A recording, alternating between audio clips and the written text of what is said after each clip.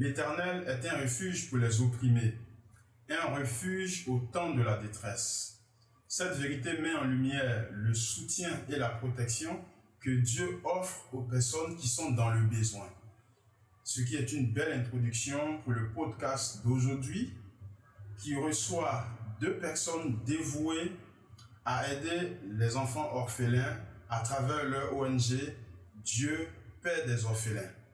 Il s'agit de Jerry Saboyombo et son épouse Grace. Je suis P. Théodore Koroman, cofondateur de l'agence Comfortdev. Bienvenue à ce podcast Comfort Talk, le podcast qui raconte le parcours extraordinaire des personnes ordinaires. Installez-vous et on est parti.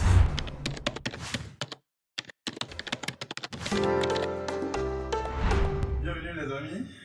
Jerry, bienvenue. Merci. Grace, merci. Bienvenue. Merci. Nous sommes très contents de vous recevoir aujourd'hui. On sait que votre programme est très chargé, mais vous avez fait l'effort de répondre à notre invitation et cela nous va droit au cœur. Merci vraiment d'être présent sur le plateau de Comfort Talk. Alors, aujourd'hui, c'est un podcast assez décontracté et nous sommes en couple parce qu'on reçoit un couple aujourd'hui, donc c'est assez particulier pour nous. C'est la première fois qu'on reçoit un couple sur Comfort Talk. Donc, vous allez déjà vous présenter aux internautes qui ne vous connaissent pas encore, parce qu'on sait que vous êtes très connus, donc il y a certains qui vous connaissent déjà. Donc on va commencer avec toi, Jerry. Moi c'est Jerry Saboyombo. Et Qui est bien accompagné d'ailleurs. Je suis accompagné par ma charmante épouse. Ah ouais. Ok. Il ne manque pas d'éloges, hein. Bien sûr, non, ça c'est le quotidien. Voilà, donc je suis Madame Saboyombo qui est Grace, voilà, l'épouse de M. Saboyombo. Super, super. D'accord. On commence déjà très bien. Alors dites-moi, comment est-ce que vous pouvez me raconter un peu l'histoire, la petite histoire de la création de l'ONG Dieu, Père des orphelins? D'accord, c'est vraiment une très belle question.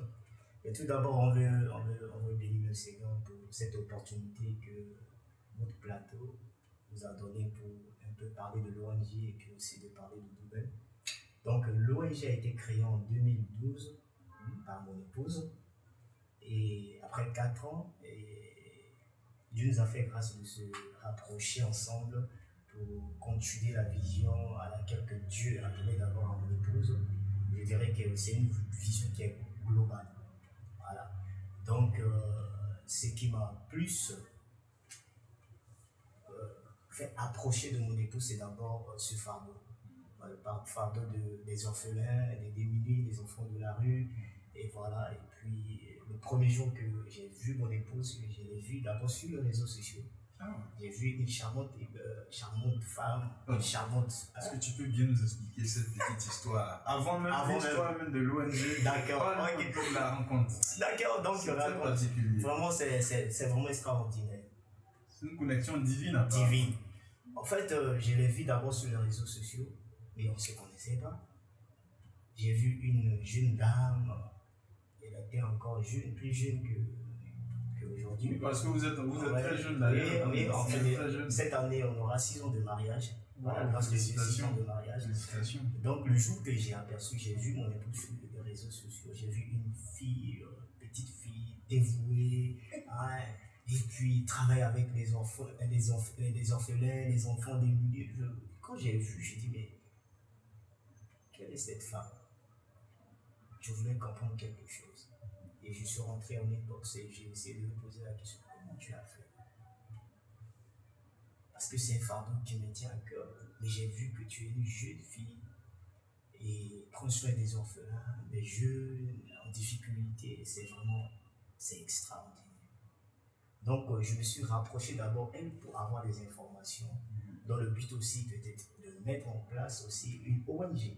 C'était ça. C'était ça au début. Au début. D'accord. Donc l'activité que Grace menait t'a attiré vers elle. Ok, d'accord. Voilà. Donc c'était là que j'ai essayé de lui poser certaines questions pour voir comment tu as fait. Voilà.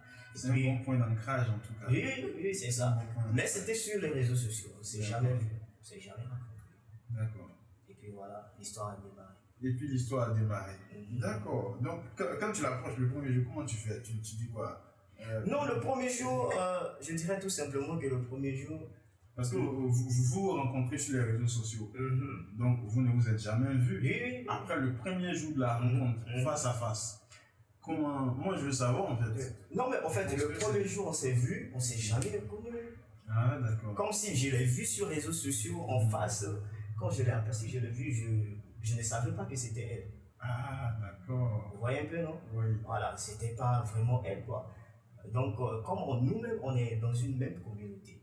Ah, d'accord. Vous êtes tous dans la même église. Dans la même église. D'accord. Donc, c'était ça, on fait un service, aussi. et puis voilà, on s'est vu, et puis D'accord. on a eu à échanger un peu. Et puis par la suite, je suis rentré d'abord à la maison, et je me suis rendu compte que la fille que j'ai échangé avec elle sur les réseaux sociaux, on s'est vu ensemble. Ok.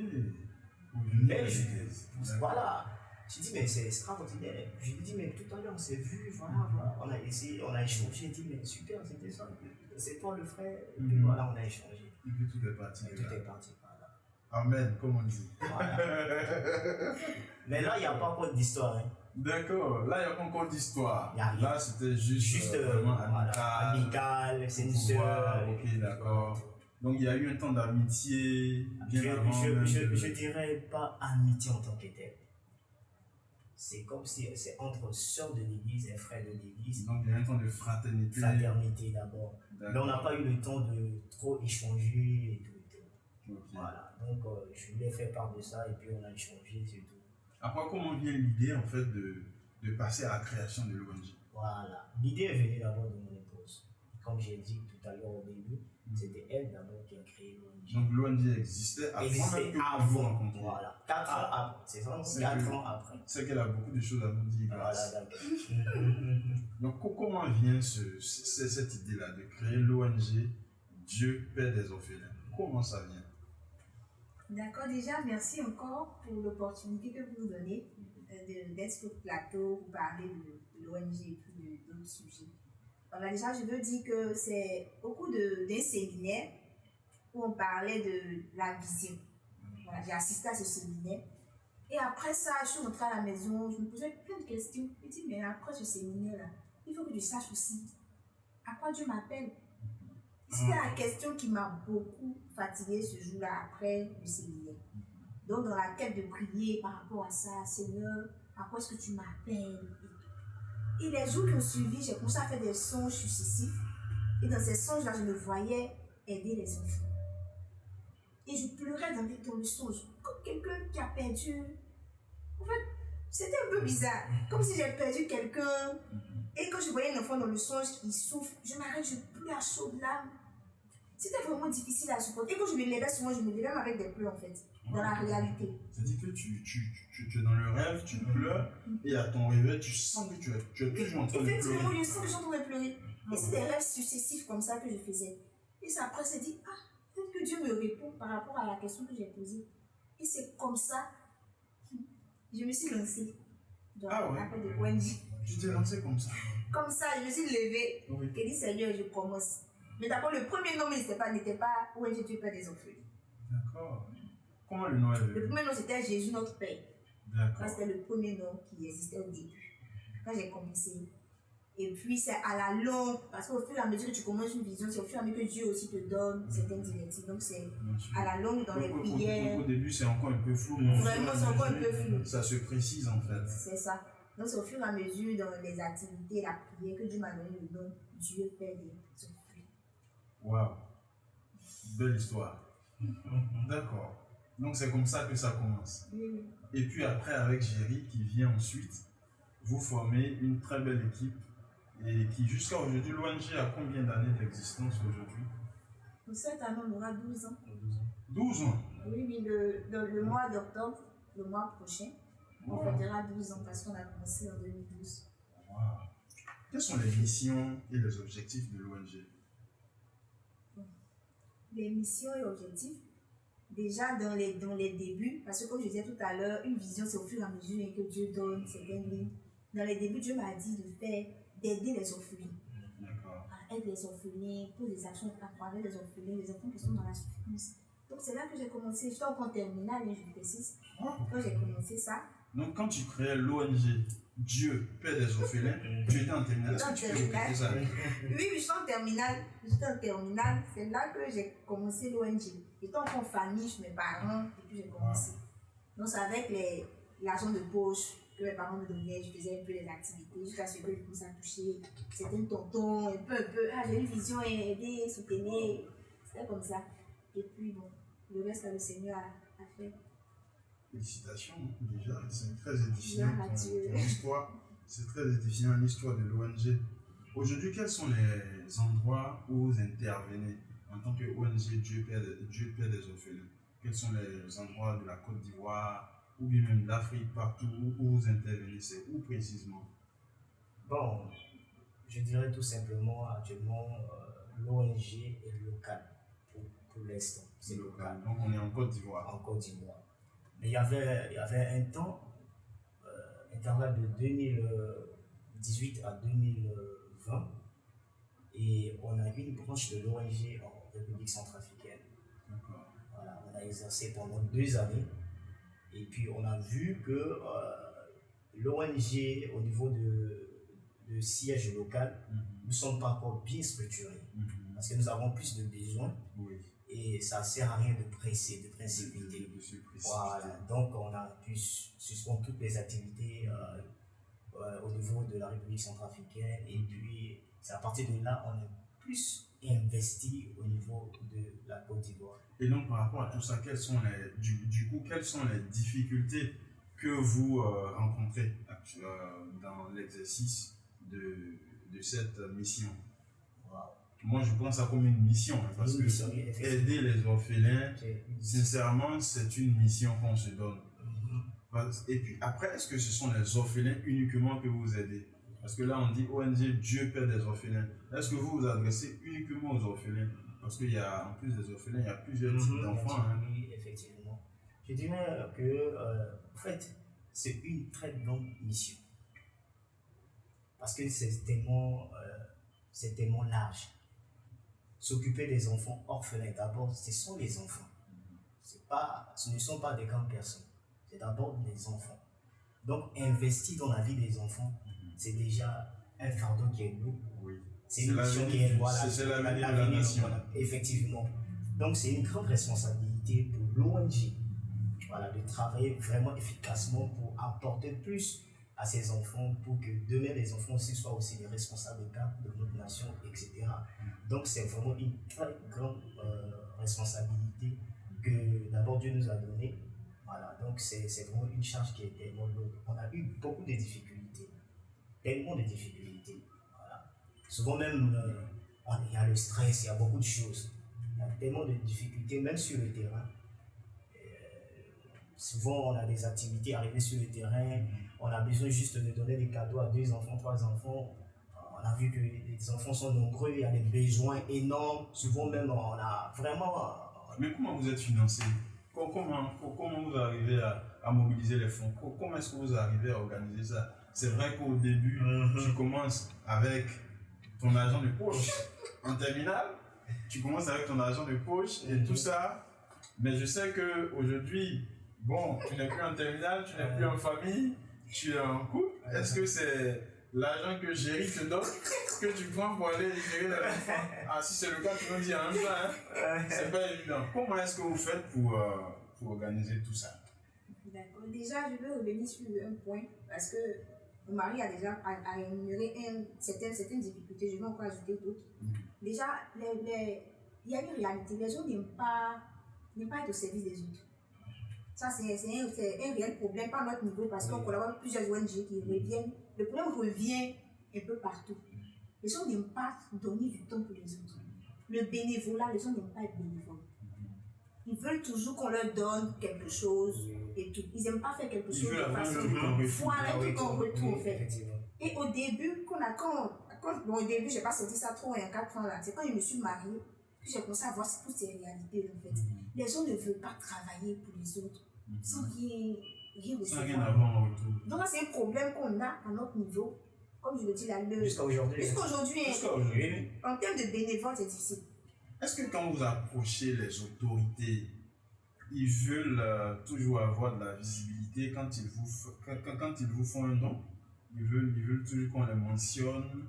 Ou bien c'est quelque chose Bon, sur lequel vous ne voulez pas vous prononcer. Déjà à ce niveau-là, il faut qu'on sache qu'on n'a jamais approché d'autorité. D'accord. Il faut qu'on révèle ce problème. Voilà, pas ce problème, cette réalité.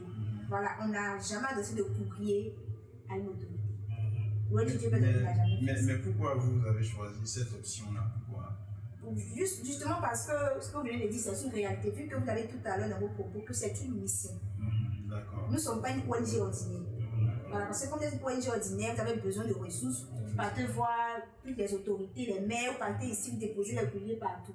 Mais quand c'est une mission, voilà, c'est sacerdoce, voilà. Donc, ce qu'on fait plus, on prie pour que Dieu envoie les personnes vers nous. On ne va pas vers. Parce que la personne vient vers nous, on lui donne on lui donne nos principes. Voilà, parce que quand on va vers, la personne donne ses principes, Dieu d'aller vers ses principes. Donc, pour éviter tous ces contours, ce qui fait que l'ONG Dieu paie les orphelins, on n'adresse pas de courrier aux autorités. Voilà, on n'adresse pas de courrier aux autorités. On prie que Dieu nous envoie des partenaires. Et vraiment, dans les prières, Dieu nous envoie vraiment. Et vous-même, vous en faites partie. Voilà, donc, ça montre, voilà. C'est des hommes palpables. Ça montre vraiment que les prières portent. Parce que Dieu envoie des personnes pour venir investir dans cette œuvre. Donc voilà pour répondre déjà par rapport aux difficultés que Marie a parlé là, de ce point aussi, parce que plusieurs ONG me se plaignent de ça. Les gens ne veulent pas soulever les bagages. Ils ne veulent pas la souffrance. Voilà, ils ne veulent pas la souffrance. C'est mon mari et moi qui soulevons les bagages. C'est un très bon signe. Surtout lui, il soulève beaucoup les bagages. Moi, je suis une femme, il va tout le temps soulever. Mais lui, il porte ce fardeau-là. Lorsque les activités approchent, comme il a dit, il y a le stress, on est hyper stressé. Le stress monte, mais avec la grâce de Dieu, en tout cas. Quel est le message que vous donnez à ces enfants orphelins, ces enfants en difficulté? J'imagine des enfants défavorisés, qui ont des difficultés familiales. Vous les aidez uniquement ou bien vous leur donnez un message en plus? Ouais, il y a toujours un message qui accompagne chaque action que nous posons. Effectivement, il y a plusieurs messages. D'abord, le message va d'abord à l'endroit des tuteurs. Souvent, il y a des tuteurs, des parents. Si dans le cas contraire, on a trouvé des enfants qui sont orphelins de père et de mère, il y a toujours un tuteur qui est là. Donc, on essaie d'abord booster le tuteur en tant que tel. Pour dire ce qu'on a apporté, ça ne doit pas rester éternellement. C'est juste comme un coup de pouce, quoi. Pour dire voilà, on est en train de faire quelque chose, mais la suite, là, il ne faut pas baisser les bras, il faut toujours se batailler. L'enfant est déjà là. Il faut aussi inculper aussi des valeurs à cet enfant et puis éduquer d'abord les enfants à vraiment prendre conscience de son état et en plus de ça de travailler le plus. Donc il y a beaucoup de messages parce qu'on a eu des enfants, souvent des enfants de 6 ans à 7 ans, à 8 ans, voilà. Donc c'est un peu difficile de communiquer. Comment vous faites la sélection des enfants? Vous allez dans les rues? Comment est-ce que les enfants vous approchent? Ou bien c'est du bouche à oreille? Comment la sélection est faite pour aider les enfants? Bon, c'est un travail d'équipe. On a une base de données, on a une équipe qui travaille avec eux. Bon, on veut simplement dire merci à cette belle équipe aussi. Il y a des gens qui sont des personnes fidèles, loyales d'abord. Voilà, donc il y a des gens qui sont avant moi-même dans l'ONG, qui étaient avec mon épouse jusqu'à aujourd'hui. Donc on travaille en équipe. Donc il y a une équipe qui va aller d'abord sur le terrain, d'aller faire une investigation au niveau des autorités. Donc on passe toujours par les autorités. On passe pas sur... Quand on parlait des autorités, ce sont les autorités des communautés que vous approchez, des villages, des écoles, campements, ça dépend. Des villes aussi. Voilà. Quelles sont les villes que vous avez déjà touchées en Côte d'Ivoire? Dabou, San Pedro. Dabou, hein, la ville de Dabou, San Pedro. Yamsokro. D'accord. Je sais que vous avez récemment été à Benjerville, à Brébo. Oui, à Brébo. Surtout au niveau d'Abidjan, on a bougé. Toutes les communes, on a bougé. 13 villes, Makori, tout ça, on a fait des activités, et puis partout. Donc, et c'est les communes, en tout cas, on a fait un peu, je crois, toutes les communes. Oui. On allait à Bassam, vilain village à Wonko-Nil, là. On a fait 3 ans là-bas, C'est juste à côté à côté Brébeuf. de Brébeuf. On traverse l'eau là. Là, on a pris même on a pris le bateau, hein. Bateau. On a fait C'est l'activité. quel bateau vous avez Mais fait? ton épouse était là. C'était pas facile, Parce que ton hein. épouse aussi fait partie de l'équipe. Oui, Oui, ouais, vraiment, c'est une femme extraordinaire. Voilà. Elle fait partie de l'équipe. Oui. Donc on a pris les bateaux. Bon, les bateaux ordinaires, pas les pirogues, mais vraiment les bateaux quand même, un peu quand même qui peuvent prendre quand même des personnes. Et on a traversé la lagune à C'était des 45 pinasses, Non. c'était des bateaux même. Des bateaux même, Des bateaux, ils prennent les tout ça. pirogues, bateaux, Ok, quand même, tout tout de ça. ce genre. Et on est parti là-bas, on a fait 3 ans là-bas aussi, sur cette île-là. Donc on a visité vraiment beaucoup d'endroits, de villes, mais plus les zones qui sont reculées. On travaille plus dans les villages, les campements, pas trop en ville. Au début, j'étais en ville au début, jusqu'à ce que Dieu nous interpelle pour nous faire comprendre qu'en ville, c'est vrai, les gens souffrent, mais c'est pas comme certaines personnes dans des zones, on a vu qu'on toucher là-bas. Donc c'est comme ça qu'on a arrêté de tout investir en ville, on a commencé à chercher des endroits qui sont hyper reculés, où il y a encore plus de besoins. D'accord, c'est super. Est-ce que vous pouvez partager avec nos internautes une belle petite histoire, des anecdotes, des soutiens à des enfants, comment les enfants ont pu surmonter leurs difficultés, des témoignages qui ressortent de la réussite de vos actions à l'endroit de ces enfants-là, qui pourraient nous montrer la satisfaction que vous tirez aussi des actions que vous menez. D'accord. Donc, Bon, 2 histoires. des histoires. Une histoire par personne. Bon, moi, je dirais que, en fait, c'est mon épouse. Parce que vous savez, les femmes ont plus de sensibilité. Donc, on est sur le terrain, elle a essayé de suivre les petits détails, de voir les petits détails. Souvent, on rentre à la maison et elle m'explique que voilà, j'ai vu, j'ai fait un constat, il y a telle chose, il y a telle chose. Donc, il y a une histoire qui nous a plus touchés. C'est, on a mené une action il y a de cela 3 ans vers Aonkro. C'est juste dans la commune de Bassam. Donc, arrivé là-bas sur le site, on a vraiment découvert des choses extraordinaires. On a vu des enfants en âge de 12 ans, qui n'est jamais allé à l'école. Les enfants en âge de 12 ans, même des chaussures, habits. Et ça nous a vraiment touchés. Ça nous a tellement touchés. Et lorsque on est arrivé sur le terrain d'abord pour aller voir l'endroit, visiter les enfants, voir les réalités sur le terrain, mais on était vraiment touchés.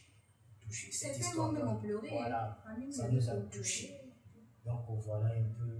Mais il y a encore une histoire. Oui, dans le même village, de l'enfant qui. la petite de il y a 12 ans. une petite de 12 ans qui n'avait pas été prévue dans les parrainages.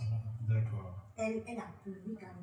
Elle Ouais. a tellement pleuré que nous-mêmes là, on a commencé à pleurer aussi. Waouh! Elle dit, elle va aller à l'école. Elle a 12 ans, n'a jamais été à 12 ans. l'école. Ses parents ont été gagnés et Oui. tout ça, mais ils sont sur l'île ici, ils sont là, ses parents, c'est bon, c'est la pêche, il n'y a pas d'activité. Quand il n'y a pas de poisson, il n'y a pas d'argent. Donc, elle a tellement pleuré qu'on a dit, ok, on va t'ajouter au parrainage. Mais cette petite, elle est super intelligente. Je vous assure qu'elle était première de sa classe. Elle a fait le CPA à l'âge de 12 ans. Et elle a été première de sa classe. Son histoire nous a particulièrement marqué parce que dans la manière dont elle pleurait pour aller à l'école, on a vu vraiment qu'il y avait quelque chose en elle qu'elle voulait faire ressortir. Elle n'avait pas eu la chance d'aller à l'école jusqu'à l'âge de 12 ans. Et c'est là qu'elle a fait le CPA. Et quand on a reçu ses résultats scolaires, on l'a honoré même à la prochaine activité. On l'a vraiment honoré de tout. On l'a reçu vraiment. Bravo. Elle travaille. Et donc les enfants, vous les suivez quand vous les prenez, vous les suivez durant tout le parcours. C'est comme ça que vous procédez. Mais vous avez beaucoup d'argent pour faire sortir tout ça. On parle de combien d'enfants approximativement? On a beaucoup d'argent. On a la grâce de Dieu et puis Dieu fait des personnes de bonne volonté. La grâce de Voilà. Dieu. Oui, c'est la grâce de C'est Dieu. vraiment. En fait, quand on dit la grâce de Dieu, ça ne veut pas dire que on n'a pas travaillé. Ça veut dire qu'il y a une fausse conception de la grâce. Oui. Ça veut dire que les gens parlent toujours de la grâce sans rien faire. Croiser les bras et puis entendre que ça vient. Il faut dire ça fort. Voilà. Il faut dire ça fort encore. En fait, la grâce de Dieu, ça ne veut pas dire croiser les bras Ouais. et entendre ça vient vers toi. Non, non, non. Ça veut dire que ce qu'on fait plus, c'est de travailler. C'est un travail à l'interne. Tout ce que vous voyez dehors, c'est un travail à l'interne. Parce qu'on a pris le temps de prier, de structurer les choses, de définir les objectifs. Comment on va fonctionner cette année? Voilà ce que nous devons faire. Voilà ce qu'on peut faire pour apporter plus de visibilité sur ce qu'on est en train de faire comme nos projets. Donc on a déjà défini, on est resté dessus et on prie. Parce que pour réfléchir d'abord, ça prend du temps. Écrire des idées aussi, ça prend du temps. Réfléchir, structurer les choses. Et puis vous savez ce qu'on fait là, c'est sur les réseaux sociaux. De loin, les gens observent, voir comment vous fonctionnez. Donc, si on ne travaille pas, on reste là, on compte sur la grâce. C'est vrai, la grâce est là, mais il faut structurer les choses. Et puis, en fonction de ça, maintenant, Dieu va apporter la provision. Quand la provision est là, déjà, tu as déjà préparé le terrain, et puis ça, c'est facile. C'est facile. Donc, c'est ce qu'on fait, c'est plus le travail à l'interne. Et puis, la grâce vient nous accompagner. Et puis aussi, il faut qu'on le dise, c'est pas nous-mêmes nos moyens ont dedans. Il faut qu'on se fait parce que. Est-ce que vous avez une activité à côté de l'ONG? Parce que comment vous arrivez à mobiliser les fonds? Ou bien chaque jour, comment vous vous organisez en fait? Déjà, à ce niveau, on est entrepreneur. Vous êtes entrepreneur? Voilà, on est entrepreneur. Vous entreprenez séparément ou ensemble? Non, aussi ensemble. On a une entreprise naissante. Parce qu'on va vers une entreprise, on est ensemble. Voilà, donc on est dans l'entrepreneuriat. Voilà, entreprendre ensemble en couple, c'est pas évident. Quel est votre secret? Comment vous faites? Comment vous faites pour arriver à vous entendre pour entreprendre? Donc, attends. Vous êtes à la maison, on va dire le soir, vous passez la nuit, le matin encore, vous êtes ensemble au bureau et vous parlez toujours. Comment vous faites? Quel est votre secret? Le secret, d'abord, c'est Dieu. Le secret, d'abord, c'est Dieu. Oui. Et puis, le deuxième secret, voilà, c'est plus la communication. Et tout d'abord, je voulais répondre. En fait, avant qu'on commence à entreprendre, chacun a une activité. D'accord. Mon épouse travaillait dans une entreprise ici, en Côte d'Ivoire. D'accord. Et puis, moi, j'avais une activité. J'avais une activité que je menais avec un frère au début. Et puis, par la suite, Dieu a dit à ma femme, d'abord à ma femme, d'arrêter de travailler. C'était dans quelle activité? Moi, activité, ça veut dire que c'est ma activité commerciale. Commerciale. Voilà. On vendait des téléphones, transfert d'argent, et puis voilà, beaucoup de choses. Donc, c'était là.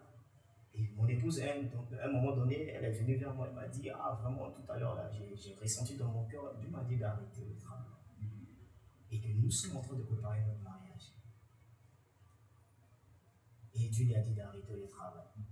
Il dit, ok, il n'y a pas de problème, si c'est Dieu, il n'y a pas de problème, il faut obéir à Dieu. Et moi, je continue toujours à mener mes activités au fur et à mesure pour préparer le mariage et tout. Et ce qui est bizarre, pour elle, c'est après 6 mois, 6 mois, 7 mois, le même Dieu qui lui a parlé m'a parlé encore. Elle dit, toi aussi, il faut arrêter l'activité, ce que tu fais. Et vous allez vous investir dans l'ONG. Mais investir comment? Vous allez vous travailler par rapport à l'avancement de l'ONG. Et nous ne sommes pas encore mariés. Comment on va faire pour mobiliser le moyen pour le mariage? C'est là l'histoire a commencé. C'est là que on a dit, on a obéi à Dieu. Et puis voilà, on s'est donné, on prie ensemble. Il y avait un peu de moyens. Au début, il y avait un peu de moyens. Tout ce que j'ai mis en économie, on a mis en place. Quelque part, on a récupéré. Et puis après le mariage, Dieu a fait grâce. Et ma belle famille, vraiment, c'est une très belle famille. Dieu m'a mis dans une belle famille. Vraiment, je dis, c'est la grâce de Dieu. Voilà. Donc, mon beau-père m'a donné un magasin comme cadeau de mariage. Donc, c'est à son plutôt. Il dit, bon, à présent, on a un peu d'argent. Ce qu'on doit faire, c'est investir de l'autre côté. Quand ma belle-mère elle est là, elle est disponible pour nous aider. Vous savez tout ce qu'on a recueilli au niveau d'Abidjan, on voit ça au niveau de San Pedro. Voilà, elle est là, et voilà, elle s'occupe de ça, quoi. Et puis nous, on travaille efficacement, c'est donné par rapport à l'objectif de l'ONG. Mais hors de l'objectif de l'ONG aussi, on a un appel de Dieu. D'accord. L'histoire est longue. D'accord. Donc en fait, c'est tout un ministère. C'est tout un ministère. Voilà, donc on travaillait à l'ONG. Il y a aussi un appel qui est à côté. On travaillait par rapport à l'appel. On sortait, mon épouse et moi, les évangéliser. On les évangéliser aussi. Il y a beaucoup de choses qu'on fait dans le secret que les gens ne savent pas. On n'a jamais parlé de ça. On priait avec les gens en ligne, beaucoup de coaching à l'interne par rapport à la famille, tout. Et on a vu vraiment la grâce de Dieu. Dieu nous a bénis de sa propre manière. Comme on a obéi à sa volonté, et puis lui-même, il apporte la provision. Mais la provision, là, c'est pas pour manger dans le Oui, parce qu'en fait, aujourd'hui, en Côte d'Ivoire, ça c'est une question que moi je vais vous poser, très honnêtement. Les gens aujourd'hui en Côte d'Ivoire créent des ONG pour avoir de l'argent. Wow. Quand on sent qu'il y a des financements quelque part, parce que dans les ministères, il y a toujours des budgets qui sont alloués aux ONG et aux associations. Donc les gens créent des ONG pour bénéficier de ces financements-là. Quelle est votre observation, vous, ONG Dieu Père des Orphelins, par rapport à ça? Quelle est votre observation? Bon, vraiment, à ce niveau-là, c'est un peu triste, en fait. Voilà, c'est triste. Parce que déjà, ce que vous dites, c'est vrai. Il y a un budget qui est mis à côté pour ça. Mais nous-mêmes, on n'a pas encore bénéficié de ce budget. Voilà, il faut qu'on dise des trucs de la façon véridique. Voilà. C'est vrai que nous sommes enregistrés, on est reconnus et tout, mais on n'a jamais été appelés pour recevoir quelque chose. Maintenant, par rapport à ce point, c'est triste parce que des personnes sont dans la souffrance, des gens attendent de l'aide. Vous passez outre ça, vous prenez l'argent pour faire ce que vous voulez. C'est triste parce que c'est pas bien.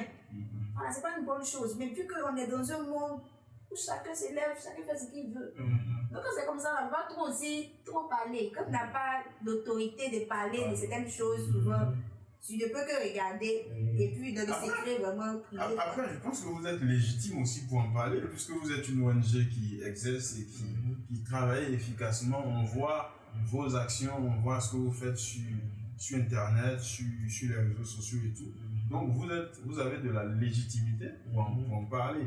Je pense qu'il faut en parler sans langue de bois. Donc là, ce que je peux dire par rapport à ça, sur la base de votre parole, ce que je peux dire, c'est qu'il faut que le gouvernement, tous ceux qui mettent les moyens, les ministères et tout ça, ils fassent des vérifications. Voilà, c'est encore mieux. Qu'ils fassent des vérifications avant de décaisser certaines sommes pour donner une ONG. Parce qu'avec les investigations, ils auront plus de preuves pour voir est-ce que cette ONG existe vraiment. Est-ce qu'elle met des actions? Quelles sont les preuves effectivement qu'elles sont obligées de telle somme d'argent pour une telle budget? Parce que sans faire des recherches, ils ne sauront pas vraiment que cette ONG va prendre cet argent pour faire du bien. Il y a des ONG qui prennent cet argent-là, qui font du n'importe quoi. Il y a d'autres par contre, ils reçoivent des conteneurs de vêtements, ils vont vendre. Ils portent, ils partagent. Je pense que c'est pour des enfants. En Côte d'Ivoire aussi. Oui, il y en a plein. Souvent, on nous appelle. Souvent, d'autres nous appellent même. Vous êtes une ONG sérieuse et voilà. Parce que les gens sont dans un monde aujourd'hui là où il y a tellement d'ONG. Il y a beaucoup de tout. Il y a des anacles dedans, il y a tout dedans. Et tout. Nous, on a été à Fayette en Afrique plusieurs fois. Wow. C'est Dieu qui nous a épargnés. Les gens nous appellent de partout. Expliquez-nous un peu ça. En fait, ça, ce qui nous a marqué, il y a une histoire dedans qui nous a marqué parmi tous les tentatives d'arnaque qu'on a reçues. Il y a un numéro de France qui nous a appelés. Ah, allô, vraiment, c'est madame, ton là, c'est donné un nom là-bas. Que vraiment, est-ce que c'est moi, Dieu Père des Orphelins? Oui, ok, je vous appelle de la part de la première dame. Elle me fait des dons. Donc, votre ONG a été sélectionné. Envoyez votre carte d'identité. Vous pouvez donner certains papiers et tout. La personne a appelé tellement de fois, insisté. Avec une pression même. Souvent, c'est flippant. Oui, c'était flippant. Trop d'insistance parce que tu veux nous donner de l'argent. Voilà, c'était flippant. Et on lui a dit comme ça que nous, on est en Côte d'Ivoire. La première dame, elle est ici en Côte d'Ivoire. Moi, je suis au Bénin. Elle est ici en Côte d'Ivoire. Si elle veut nous faire une don. Ah, il a appelé avec un numéro français. Oui, un numéro de France, mais la personne dit qu'ils ont un point au Bénin. Et puis Ghana. Et puis Ghana. mettre des trucs d'intermédiaire, beaucoup de choses. On a compris que c'était pas sérieux. Ça sentait l'arnaque. Voilà, parce que la nappe, les numéros s'achètent en fait. Mhm. Quelqu'un peut ne même pas être en France et puis avoir un numéro de Bien France. sûr. Voilà un peu ce qu'on voulait dire. Donc vraiment, c'est ça. La sensibilisation qu'on veut faire, c'est ça. Il faut que les organismes, les ministères et tout fassent des recherches avant de décaisser. Mhm. Décaisser de l'argent. Oui. Quelles sont les activités que vous organisez généralement pour soutenir les enfants vulnérables, les enfants orphelins, les enfants en difficulté? Je pense qu'il y a la rentrée scolaire, c'est ce que j'ai pu voir déjà très vite sur les réseaux sociaux. En dehors de la rentrée scolaire, est-ce qu'il y a des arbres de Noël? Est-ce que vous intervenez à ce niveau? Donner des vivres, de la nourriture à ces enfants-là? Quelles sont les activités que vous organisez? Les diverses activités que vous organisez? Ok. Au sein de l'ONG, on a 4 grandes activités chaque année. Donc, la première activité, c'est la fête des mères. Deuxième activité, c'est la rentrée scolaire. Troisième activité, c'est la rentrée scolaire. Il y a 2 volets. Il y a la distribution de kits et puis maintenant la prise en charge des enfants orphelins et des millions en difficulté. Et maintenant, il y a l'arbre de Noël. Donc, chaque année, nous menons ces 4 activités, ces grandes activités. Mais il y a aussi des activités annexes. C'est des activités internes. On n'a jamais publié ça quelque part. Parce que lorsqu'on travaille, bon, tout ce qui est dit ONG, tu veux ou tu ne veux pas. 24 heures sur 24, tu vas recevoir des appels. Wow. Même souvent, même à la maison. Wow. Les gens viennent cogner à la porte pour demander de l'aide. J'ai faim, j'ai pas à manger. Ma femme, ma soeur a accouché, il n'y a rien. On a vécu des trucs. Voilà. Donc souvent même là, on est obligé d'acheter un sac de riz à la maison. On a les stocks de tout ça à la maison. Quand les gens viennent taper, on les donne. C'est des choses qui se passent à l'interne par rapport à l'ONG.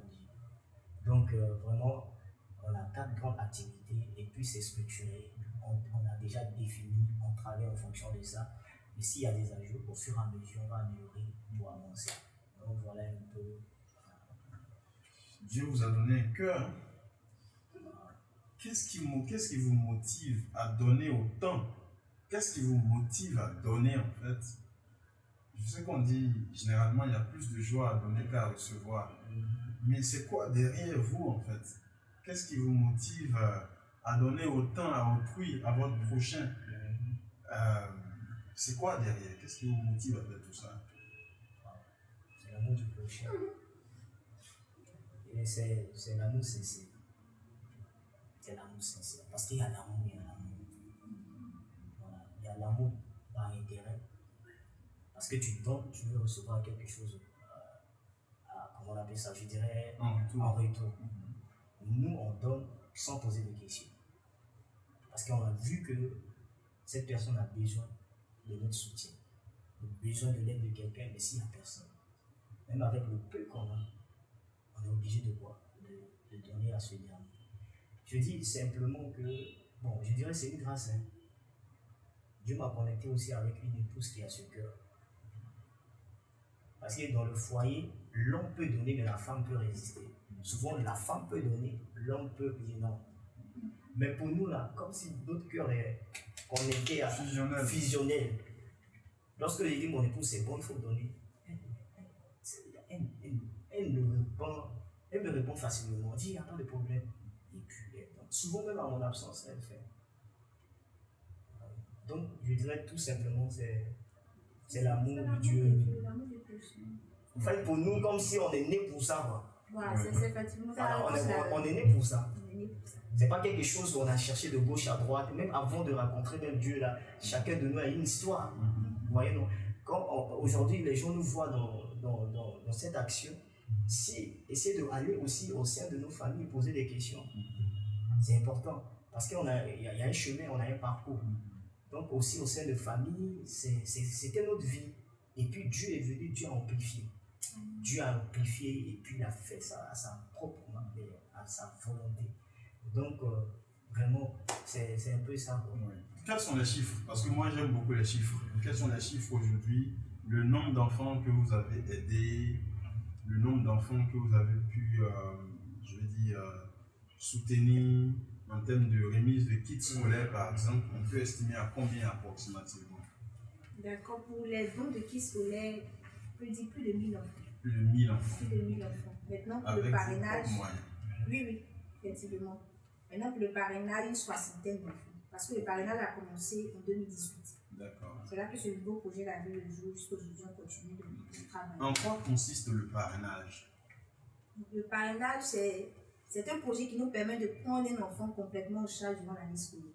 D'accord. Parce que le don de kits, c'est juste celui dans les livres, les cahiers, pas plus. Mais le parrainage, ça va plus loin. Il y a le suivi de l'enfant. On lui donne tous les fournitures, même la tenue de l'école. Qu'est-ce qu'on met dans le suivi de l'enfant? C'est quoi? On va l'aider à étudier aussi? D'accord, là, ça nous permet de pouvoir parler de notre nouveau projet. Parce qu'aujourd'hui, le nouveau projet a vu le jour aujourd'hui. Toute la journée de la matinée, on était du côté du pays. Voilà, le nouveau projet qu'on a mis en place, c'est le suivi. Le suivi nous permet de pouvoir suivre l'enfant durant l'année scolaire. D'accord. Et là, pour cette année, on a vraiment mis ce projet en avant. En prenant un répétiteur qui va enseigner tous les versets qu'on fait parler durant toute l'année scolaire. Donc aujourd'hui a eu lieu la première séance. Le 30, aujourd'hui 30 septembre. 30 septembre 2023. Pour préciser. Oui, 30 septembre 2023 a eu lieu la première séance avec leur répétiteur. Donc on était là-bas, on a eu à faire des vidéos et tout pour pouvoir parler de ce nouveau projet parce que ça demande aussi certains financements et tout. Donc le répétiteur, c'est un salarié de l'ONG, il est payé par l'ONG. Oui, il est payé par l'ONG. Vu que les enfants sont tous au CP1, donc il les rassemble tous ensemble. Et il les prend. Donc c'est chaque week-end, chaque samedi. Qu'elle prend, c'est une dame, donc chaque samedi, elle retourne les enfants de 3 heures du temps pour étudier, pour revenir sur ce qu'ils ont fait aux semaines, les lacunes et tout. D'accord. Vous avez combien de donateurs en général? Pas de manière précise, approximativement. Donc, environ.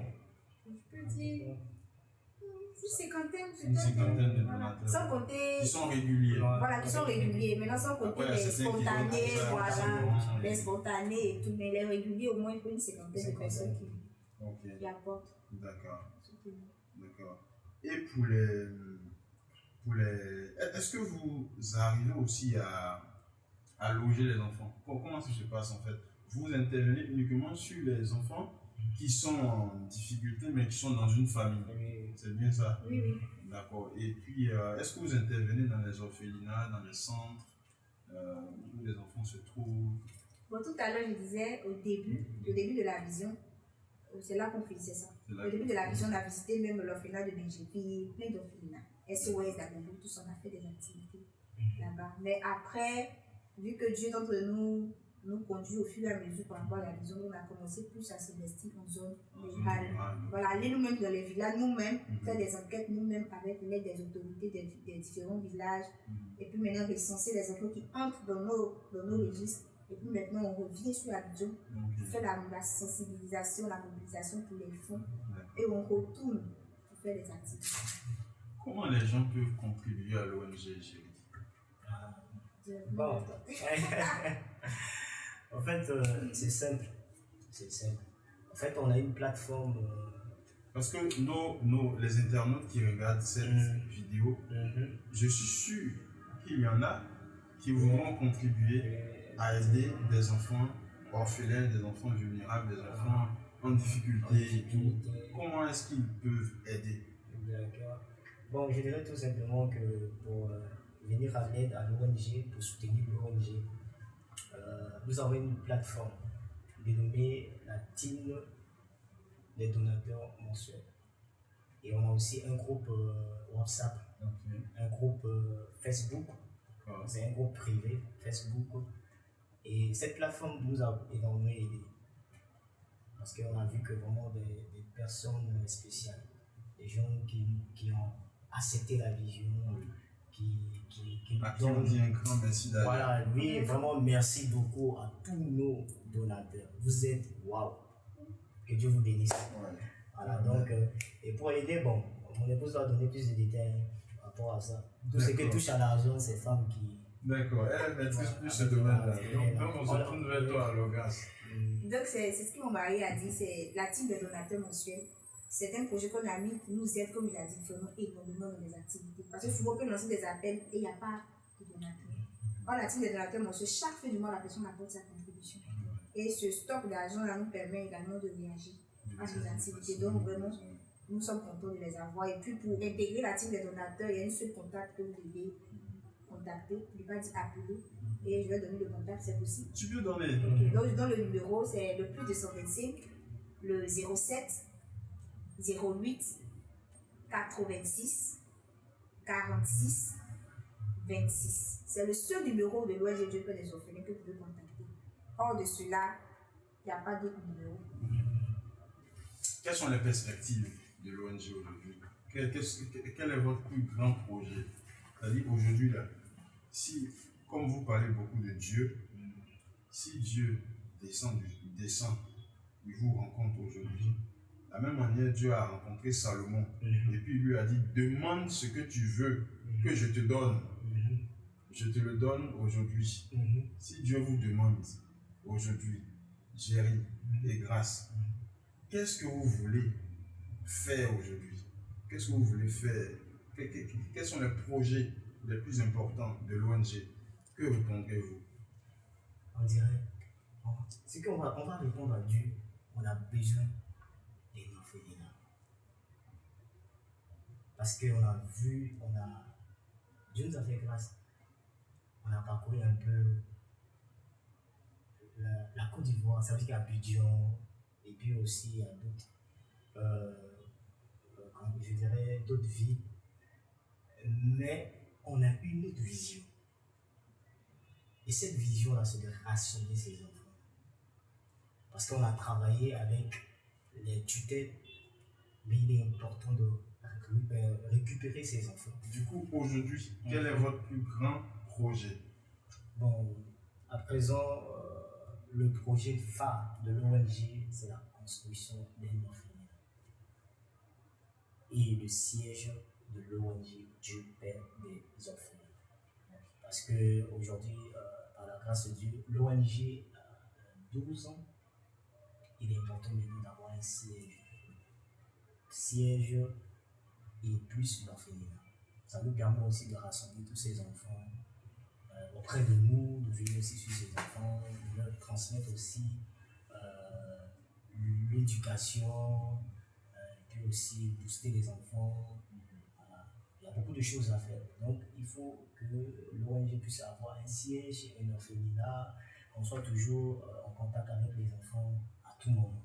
Donc, voilà c'est ce que je peux dire. Super, très bien. Alors, aujourd'hui, quel conseil vous donnerez à la jeunesse? Aujourd'hui, vous savez que l'ONG, c'est vrai, soutient les enfants orphelins, les enfants en difficulté, mais souvent, il y a des causes à tous ces problèmes-là.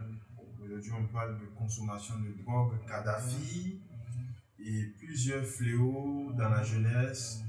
Quel conseil vous pouvez donner à cette jeunesse-là pour ne plus qu'elle soit en difficulté, donc être au niveau de la prévention? Donc, quel conseil vous pouvez leur donner? D'accord, déjà, on veut dire à cette jeunesse-là qu'elle a de l'avenir d'abord. Voilà, en tant que jeune, sache que tu as de l'avenir. Là, je m'adresse à un jeune qui va peut-être regarder cette vidéo. Déjà, et puis aussi, pour couper tout court, nous savons que la drogue a des conséquences sur la santé mentale, la santé morale et même physique. Parce que très souvent, les personnes qui consomment la drogue physiquement, ils sont chétifs, ils n'ont pas de force, ils ont un aspect vraiment qui montre qu'ils souffrent d'une certaine maladie en fait. Donc toi qui consommes la drogue en tant que jeune, hors du fait que Dieu même n'aime pas ça, je vais te parler de ta santé mentale. Parce que lorsqu'on part très souvent à l'hôpital psychiatrique de Benjamin, il y a des cas là-bas qu'on demande, parce qu'on a fait un tour là-bas un jour comme ça aux promenades. Et dans notre tour, on a demandé certaines informations aux responsables. Ah, vraiment, tel jeune-là, c'est la drogue qui l'a emmené ici. On nous a montré des cas de jeunes. Tu vois, le jeune, il est propre, il est bien, mais il a un problème mental parce qu'il consommait de la drogue. Donc, la drogue, ça détruit. Donc, mon frère jeune, ou soit ma soeur jeune, nous t'exhortons ce soir-là à arrêter cela pour que tu puisses être en bonne santé mentale, physique et morale. tu as de l'avenir et tu es une personne extraordinaire. Il faut sortir de cela. Voilà. Maintenant, pour tout autre vice, voilà, qui touche aussi la jeunesse, par contre, on peut dire la prostitution, la facilité, tout ça. Là, je vais parler à mes soeurs parce que je suis une jeune fille et nous militons aussi avec les jeunes, on est tout le temps avec les jeunes. Donc, si tu es une jeune fille, il ne faut pas aimer la facilité. Il faut aimer le travail. Faire quelque chose quand même qui te permet d'avoir 1000 francs, 500 pour avoir mangé, mais la facilité a des conséquences. C'est pas souvent qu'on ne peut pas réparer. Donc, voilà un peu ce que je voulais dire. Je vais laisser aussi la parole à mon mari qui a quelque chose à ajouter parce que c'est un sujet hyper important. Vraiment, c'est un sujet qui nous tient à cœur aussi. Lorsque notre frère a posé cette question, je me rappelle, je me souviens aussi de mon parcours.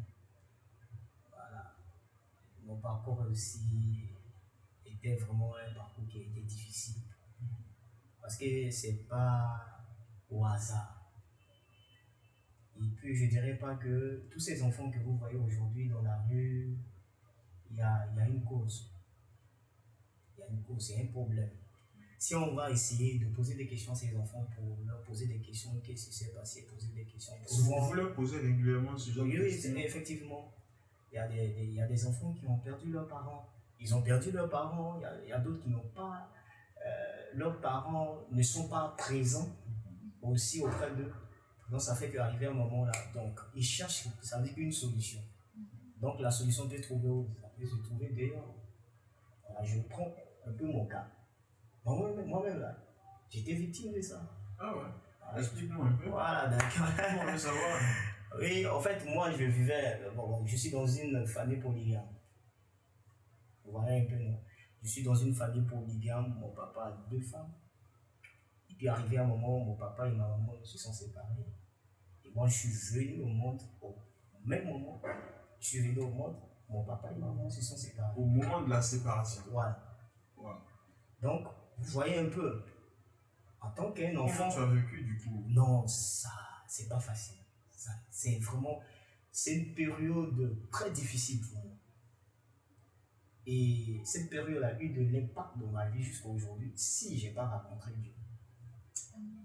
A eu de l'impact dans ma vie. Parce que le problème, c'est quoi? J'ai vécu avec ma maman m'a donné tout, a fait tout, elle a fait de son mieux pour que son enfant soit à l'aise. Mais au-delà de tout, je vois aussi des amis qui sont auprès de moi avec leurs 2 parents à la maison. Vous voyez un peu? Ça fait mal au cœur. Oui, bien sûr. Souvent, je partais à l'école et puis on finit les cours.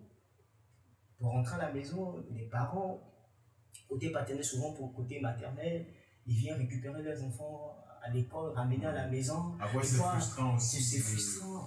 Ouais, parce que je voyais souvent mes amis, ils ont leur papa. Parce que nous, les enfants, on a besoin d'une voix autoritaire. Bien sûr, bien sûr. Un enfant a toujours besoin de ça. Donc, je suis rentré à la maison, souvent, je me cache pour pleurer. Voilà. Donc, ça a eu de l'impact dans ma vie. Je posais des questions de mais qu'est-ce qui s'est passé réellement entre ma maman et mon papa? Ils se sont séparés pourquoi? Et puis moi, je suis victime de ça. Donc, ça veut dire que mon parcours était difficile. C'était difficile. Et ça m'a mené maintenant à aller chercher l'amour quelque part. L'amour de père. Aller se droguer. Ah ouais? Tu as touché aussi la drogue? J'ai touché un peu la drogue. Alcool. Comment ça s'est fait? Qu'est-ce qui t'a poussé à aller consommer la drogue? Non, mais c'est ça. Ça fait que je dirais aussi, en fait, c'est les réalités. Voilà, c'est vrai, par la grâce de Dieu, ma maman a créé un cadre propice pour moi. Mais dans ce cadre-là, il y a un manque. Ce manque-là, c'est pour le manque d'un père. Il faut avoir un père. Bien sûr. Voilà, donc on est obligé d'aller chercher une solution par rapport à ce manque. Oui. C'est là que ça m'a amené aussi à aller toucher à la drogue. Je suis rentré même dans tout ce qui est comme alcool. Wow. Je suis arrivé juste à un niveau avec alcool, c'était toute la famille. Toute la famille, on parle. À chaque fois, il y a une cérémonie au sein de la famille, là, tout le monde me cherchait. Je pense que lui, là, s'il vient ici, alors il arrive, voilà ce qu'il doit faire. Parce que tellement que j'étais accro à l'alcool. Donc, du coup, ta vie même d'un témoignage, voilà, ce fléau-là. À ce fléau-là. Mais donc, quand tu vois ces jeunes aujourd'hui, qu'est-ce que tu peux leur dire, en fait, pour qu'ils ne s'adonnent pas à la drogue? En fait, là, je peux intervenir sur deux volets. J'ai intervenu d'abord aux parents. Vous savez, c'est surtout les parents. La base d'abord, c'est les parents. Les parents doivent prendre conscience qu'ils ont mis au monde des enfants. Ils doivent être capables de équiper leurs enfants, de donner vraiment plus d'amour à leurs enfants dès le bas âge. Parce que souvent on se dit que non, voilà, juste payer école à l'enfant, je suis là, et puis voilà, tout ça c'est zéro. C'est zéro. Parce que l'enfant a besoin d'une, je dirais qu'une affection. Bien sûr, d'une affection, voilà. d'un père, d'une mère. L'amour d'un père. Voilà. Donc s'il y a manque d'affection, c'est un problème. C'est un sérieux problème. Oui.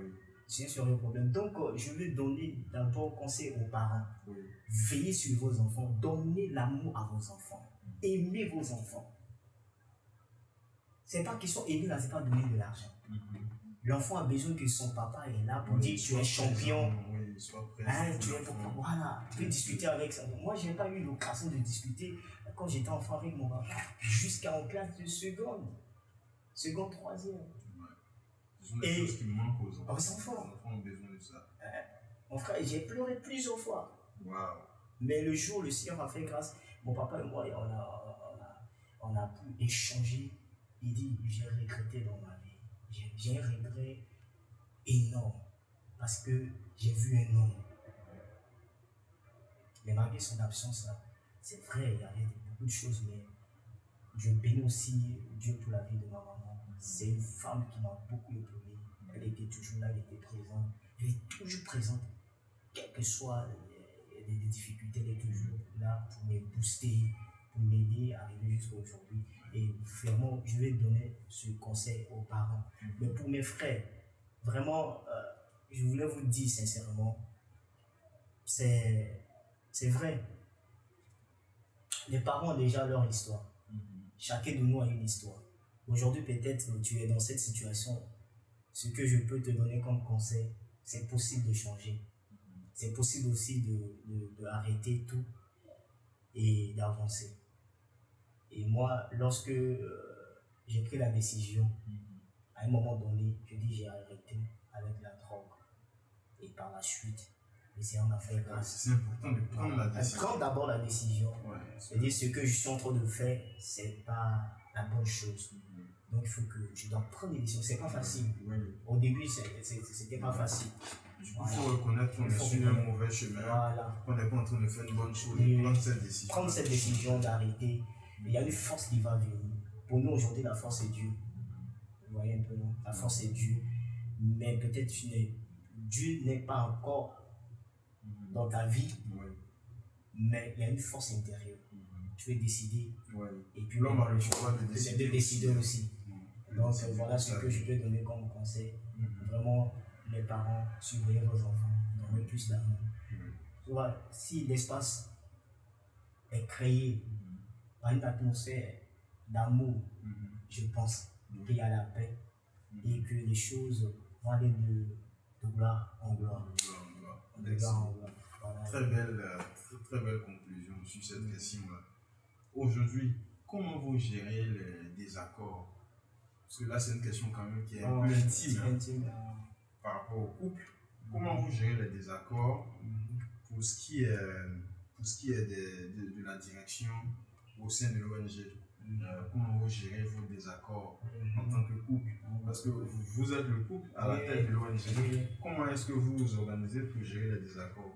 Aussi même la question qui est sous-entendue, est-ce que des désaccords il y a? Est-ce qu'il y a eu des désaccords entre vous sur la gestion de l'ONG, voilà? Effectivement, on est des êtres humains. Là où il y a l'être humain, pas parfait. Oui, là où il y a l'être humain, il y a toujours des petits trucs, il y a des petites choses. Je dirais d'abord, notre force, c'est la vision. On ne s'est pas marié parce que j'ai envie de quelque chose en même de tout ça. Mais c'est d'abord la vision. c'est pas d'abord la beauté, c'est pas d'abord la forme. Mais je vous ai dit tantôt, ça veut dire qu'il y a quelque chose qui m'a attiré. C'est vrai que toutes ces choses-là comptent, mais c'est pas d'abord la première chose. D'accord. Ça veut dire que c'est la vision d'abord. Pour nous, ce qui nous a plus aidé, c'est la vision. Parce qu'on a une vision, on a des objectifs à atteindre par rapport à notre foyer, à notre couple. Donc, quels que soient les désaccords, à cause de cette vision, ça nous ramène à la case de départ de chacun de nous de réfléchir. Très important. De réfléchir, on a un objectif à atteindre. Quoi qu'il en soit, c'est vrai, on peut avoir des désaccords, des disputes, peut-être des opinions un peu différentes, quoi. Mais le problème, c'est quoi? C'est la vision. Quand il y a la vision, je pense que, quel que soit le problème, chacun de nous a un plus à donner. Il dira dans son cœur, voilà, on a défini les choses, on doit accomplir. C'est vrai, il y a des désaccords, bon, on peut régler ça facilement pour avancer. Notre base d'abord, c'est la vision. C'est d'abord la vision. Et puis, plus la communication. Parce qu'on est, d'abord, on est des pays différents. Voilà encore un problème qui est là. Moi, je suis d'origine centrafricaine. Du coup, culture différente. Culture différente. Donc, d'origine langage différent. Une ivoirienne. Ivoirienne. Donc, c'est un vrai métissage. C'est un vrai brassage. Voilà. Ok. Le caractère est différent. Beaucoup de choses. Langage, expression, tout vocabulaire, tout. Voilà un peu le problème. Ouais. Mais c'est la communication. Surtout la communication. Parce que la vision est là, parce que la vision d'abord, il faut communiquer. Mon épouse et moi, plus la communication. La communication, et puis par la suite aussi, chacun a trouvé sa place. Chacun a trouvé sa place. C'est vrai, de l'ONG, mon épouse est la fondatrice, présidente de l'ONG. Et puis, on travaille ensemble. Lorsque je suis venu dans sa vie, c'est un fardeau pour nous deux. C'est une partie que Dieu lui a donnée. Il y a une partie aussi que Dieu m'a donnée. Et puis on a combiné. Et puis maintenant, on dit voilà, les objectifs à atteindre ensemble. Donc, on essaie de travailler de jour en nuit. Il y a des idées là, ça vient de partout. Je ne dirais pas que ça vient de moi, ça vient d'elle, mais ça vient de nous deux. On dit, voilà, j'ai ressenti dans mon cœur, on doit faire telle chose. Elle aussi, elle a ressenti dans son cœur, on dit voilà. Et puis on essaie de discuter ensemble, on a prié. On prie aussi pour avoir une ligne, une directive d'ensemble. Et puis au fur et à mesure, on travaille. Donc voilà un peu de mon côté. Et peut-être ma femme aussi va donner aussi. On parle souvent de tempérance, de tolérance, de pardon dans le couple et tout ça. Quelles sont les anecdotes que vous pouvez nous raconter par rapport à... Ça, c'est madame va donner. Moi, ce que je vais dire, en fait, il a dit beaucoup de choses qui sont très importantes. Mais moi, je vais m'adresser aux femmes. Voilà, parce qu'on est en train un peu donner sujet de couple. Je vais ouvrir une petite parenthèse. Et tout à l'heure, quand vous avez posé la question sur la vision, et tout, il a pris la parole, il a dit c'est ma femme qui a commencé. Et qu'on s'est mariés, on s'est mis ensemble. Et c'est sur ce point-là que je vais interpeller un peu une femme qui va peut-être suivre. C'est vrai, tu peux recevoir quelque chose comme vision, comme un appel et tout. Tu peux commencer même avant de te marier. Mais sache que quand un homme entre dans ta vie, il faut donner la place qu'il mérite. C'est sur ce point-là que je veux vraiment insister. Parce que très souvent, nous les femmes, lorsqu'on commence quelque chose, l'indépendance vient, on est autoritaire, on connaît les choses, on maîtrise, on n'a pas besoin de conseils, on veut nous-mêmes faire des choses, tout ça. Et souvent, avec ce comportement, quand on se marie, il y a beaucoup de problèmes dans le foyer. Parce que la femme ne veut pas se soumettre, elle ne veut pas donner la place du chef au chef. Donc là, je veux dire à une femme qui va suivre, même si Dieu t'a appelé à quelque chose, que tu as commencé étant célibataire, que tu rencontres un homme dans ta vie, la place de l'homme dans ta vie, c'est le chef de famille. Donc il vient prendre une place importante dans ce que même tu es en train de faire, mais ce que tu as commencé à faire. Donc tu lui laisses la place de chef et puis ensemble maintenant vous bâtissez quelque chose qui va donner un bon résultat. Et ça, c'était un peu mon cas. Voilà, pour ceux qui m'ont connu avant, je vois qu'il y a vraiment. Oui, donc toi tu m'as connu. Voilà. Donc pour toi qui m'as connu, tu vois qu'il y a une grande différence avec la fille d'avant, Kelly d'avant et puis Kelly d'aujourd'hui. Il y a une très grande différence. Pourquoi? Parce que lorsqu'il est entré dans ma vie, j'ai compris que je dois descendre. C'est-à-dire, il faut t'abaisser. Voilà, il faut laisser un peu, je connais tout ça, non, tu descends. Oui. Et puis tu écoutes ton mari qui te donne des conseils. Il te dit, ah ma femme, fais ça, non, ne fais pas comme ça. Tu sais, là, et j'ai commencé à l'écouter. Et j'ai vu l'impact dans ma vie. Et même au niveau de l'ONG, parce que c'est vrai, il a commencé avant à bouger, mais quand c'est marié, c'est encore plus. L'ONG est montée. Pourquoi? Parce que j'écoute. Et c'est pourquoi j'ai fait de lui, c'est vrai qu'on est les fondateurs, mais je lui ai donné un nom de l'ONG, c'est le conseiller. Voilà, c'est notre conseiller de l'ONG, c'est lui qui nous donne les conseils. Lorsqu'on vient de parler, nous tous là, lui vient, il prend la parole, il nous met tous ensemble, il fait une conclusion. Donc je voulais juste interpeller les femmes là-dessus, parce qu'on est dans une génération où beaucoup de jeunes filles sont indépendantes, tout le monde se bat dans l'entrepreneuriat, voilà les féministes, tout le monde est en train de lutter. Donc c'est pourquoi j'ouvre cette parenthèse, parce qu'elle me tient tellement à cœur. C'est l'un de mes combats, donc je profite de ça pour dire aux femmes, il faut être une femme. Voilà, il faut être soit une femme, soit soumise, et puis le reste là, Dieu va faire.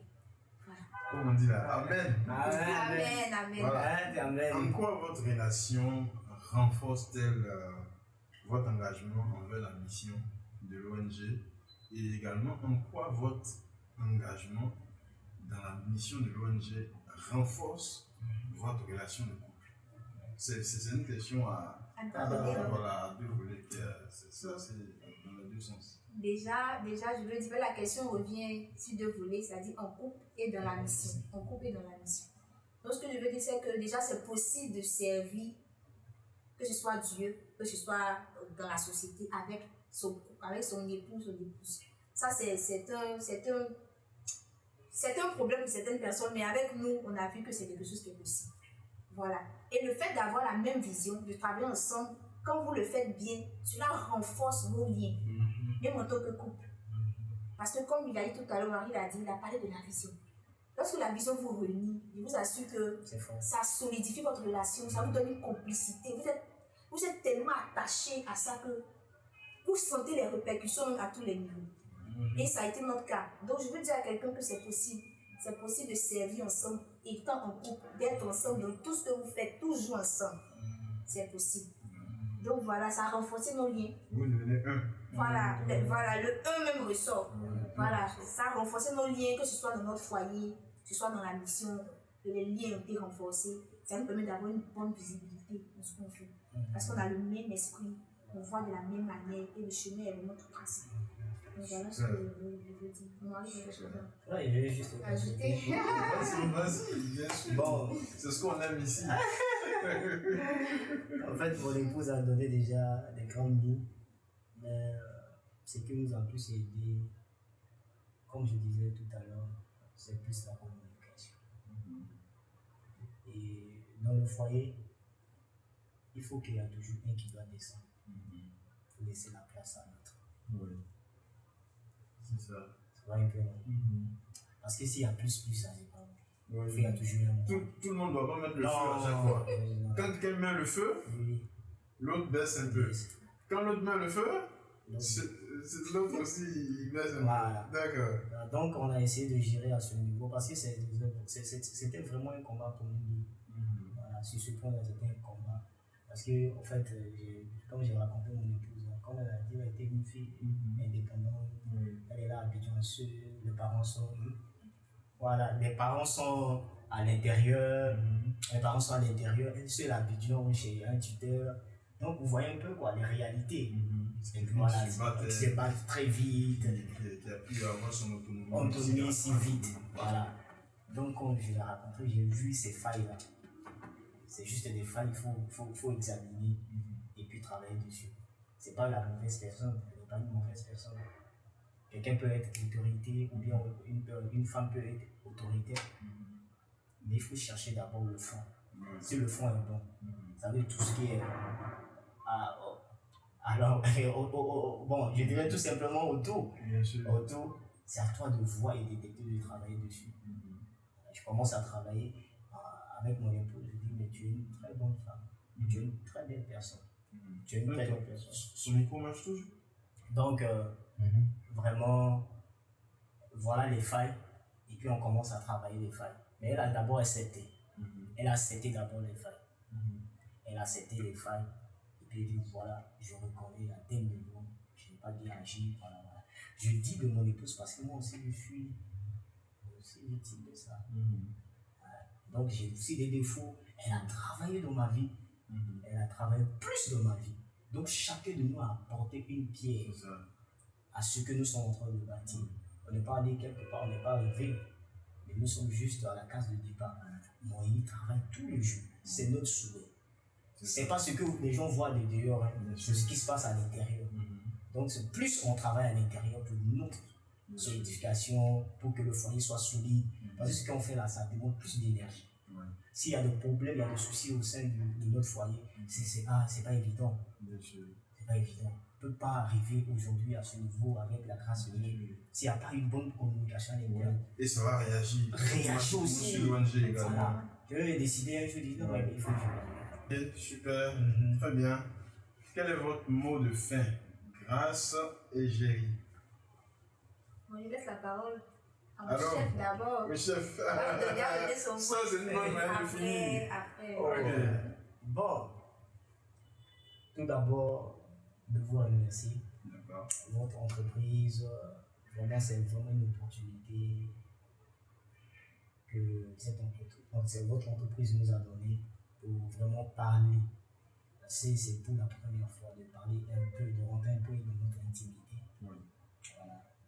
Donc, vraiment, pour moi, je dirais vraiment à tous ceux qui nous regardent, ce que nous sommes en train de dire, on n'a pas falsifié quelque chose. Ça vient du cœur. Oui, c'est sans filtre. Voilà, ça vient du cœur.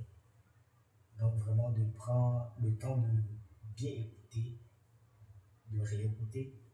Et je pense que ça va faire du bien à chacun de nous.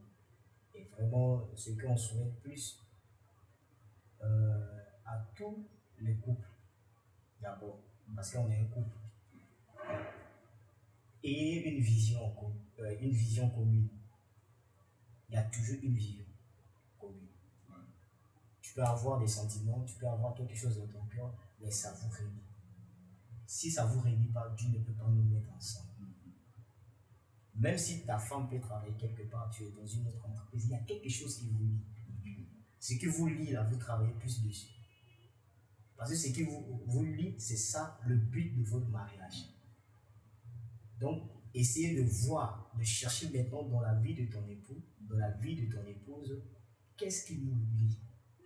C'est en fonction de ça que vous allez travailler dessus. Et ça devient comme une force pour vous. Pour aller de l'avant. D'aller de l'avant. Donc, si aujourd'hui peut-être vous êtes déjà marié, vous n'avez pas vraiment cette pensée, cette vision de voir les choses, rien n'est impossible et de rien n'est tard.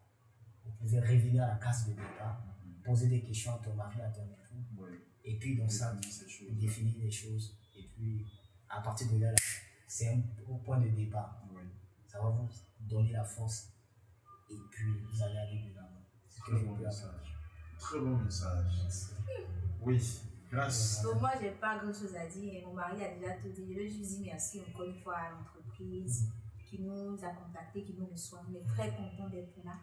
Et c'est une première, comme on le disait tout à l'heure, on est très contents. Et C'est on prie que vraiment Dieu bénisse votre entreprise. Voilà. Amen. Que les portes s'ouvrent encore davantage. Amen. Que vous puissiez recevoir encore d'autres personnes ici, des personnes encore vraiment plus, encore des personnes plus extraordinaires encore sur vos plateaux. Et puis on souhaite que les choses avancent. Donc voilà ce que je veux dire juste pour ajouter. Et merci à tous ceux aussi qui nous suivent. Voilà, merci à tout le monde et que Dieu vous bénisse.